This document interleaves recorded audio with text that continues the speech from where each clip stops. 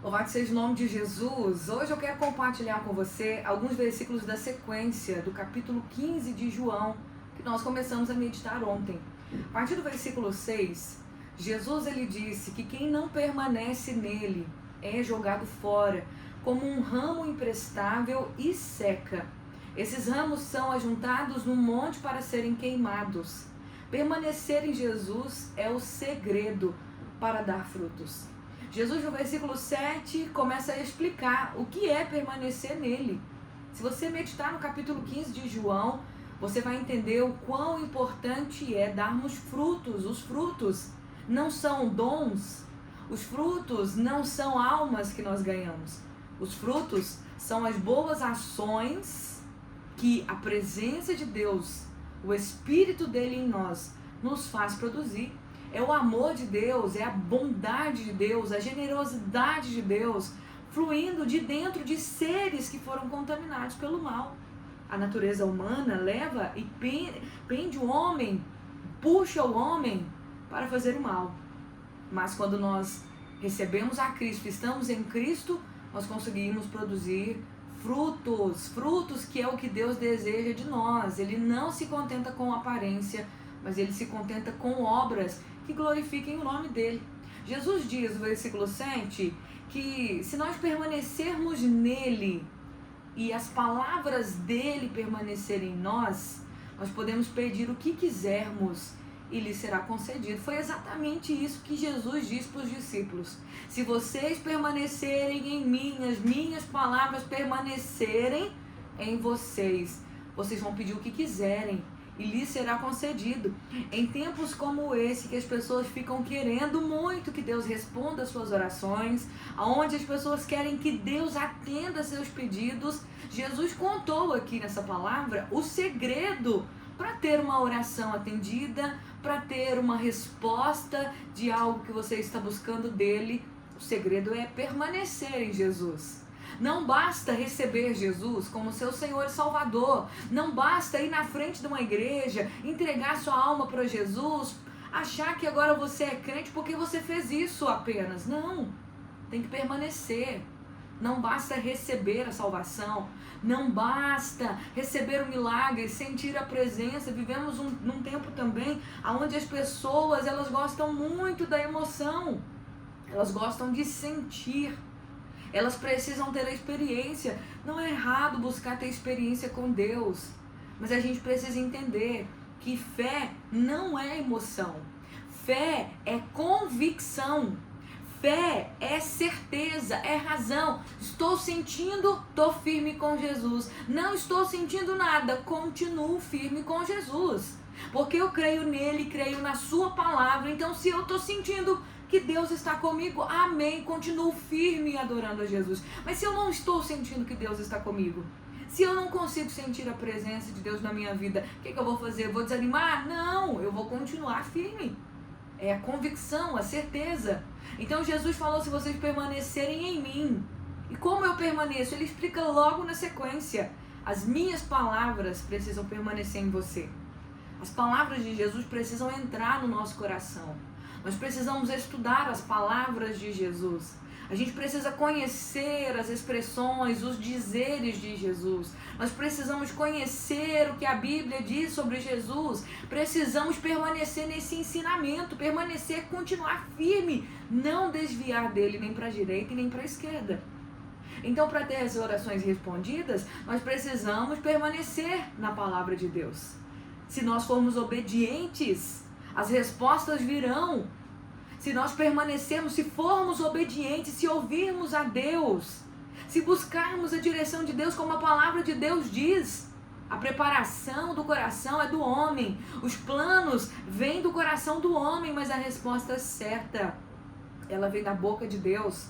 É natural do ser humano fazer os planos, mas o ser humano, aquele que anda com Deus, que serve a Deus, precisa colocar Deus à frente. E como que eu coloco Deus à frente?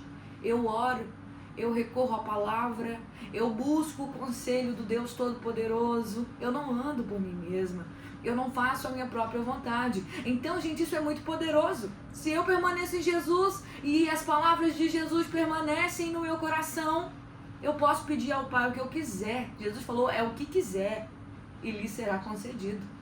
E no versículo 8 ele diz que quando nós produzimos muitos frutos, muitos, nós trazemos glória para Deus, nós glorificamos o nome do Senhor. Quando nós produzimos muitos frutos, as pessoas vão reconhecer que nós somos verdadeiramente discípulos do Senhor. Quando ao invés de brigar, gritar, quebrar o pau, derrubar a barraca, ao invés de ser egoístas, de buscar o próprio interesse, de fazer as coisas do seu jeito, sem olhar o lado do outro, quando nós fazemos as coisas do nosso jeito, nós não estamos nem perto de parecermos discípulos de Jesus. Mas quando nós amamos uns aos outros, quando nós suportamos uns aos outros, suportar não é aguentar, ficar, tem que te tolerar, não. É ser suporte uns dos outros, ajudar uns aos outros, carregar as cargas uns dos outros, porque diz a palavra de Deus que quando nós carregamos as cargas uns dos outros, nós obedecemos à lei de Cristo. E qual que é a lei de Cristo? O amor. Jesus disse, um novo mandamento vos dou. É novo, tá? Um novo mandamento vos dou, que vos ameis uns aos outros, assim como eu vos amei. A gente diz muito o mandamento dos 10 mandamentos, né? Amar o próximo como a ti mesmo. Mas Jesus agora está dizendo, um novo mandamento vos dou. Você não vai amar mais o próximo como a ti mesmo. Você vai amar o seu irmão como eu amei você. Sabe, esse que é o grande desafio, porque tem gente que não se ama. Tem gente que não se valoriza, mas agora o Senhor está nos dando um novo mandamento dizendo, amem-se como eu vos amei. O modelo é Jesus, ele é o referencial do amor. Enquanto nós produzimos essas atitudes, amamos, somos mais solícitos, pacificadores, generosos, bondosos uns com os outros, nós glorificamos o nome de Deus, porque isso é fruto, isso que é fruto de verdade. Quando nós cumprimos com a nossa palavra, quantos servos e servas de Cristo, crentes, homens e mulheres que são de Deus, mas não tem palavra, fala e não cumpre, não promete nada não. Se você falou alguma coisa, você tem que cumprir. Jesus falou assim, o vosso dizer tem que ser sim, sim e não, não. O que passar disso é de procedência maligna. Quando você fala, eu vou fazer, eu vou te dar, eu vou te ajudar, e você não faz, você deu lugar para o diabo e a sua atitude é maligna. Não sou eu que estou dizendo, é a palavra que diz. Muita gente não honra o que fala, não cumpre com o que diz. A gente tem que tomar cuidado, melhor não prometer do que prometer e não cumprir. Então, meu querido irmão, minha querida irmã, nós precisamos buscar melhorar. A gente vai acertar sempre? Não! A gente não vai acertar sempre, mas a gente não pode desistir de acertar. A gente precisa continuar.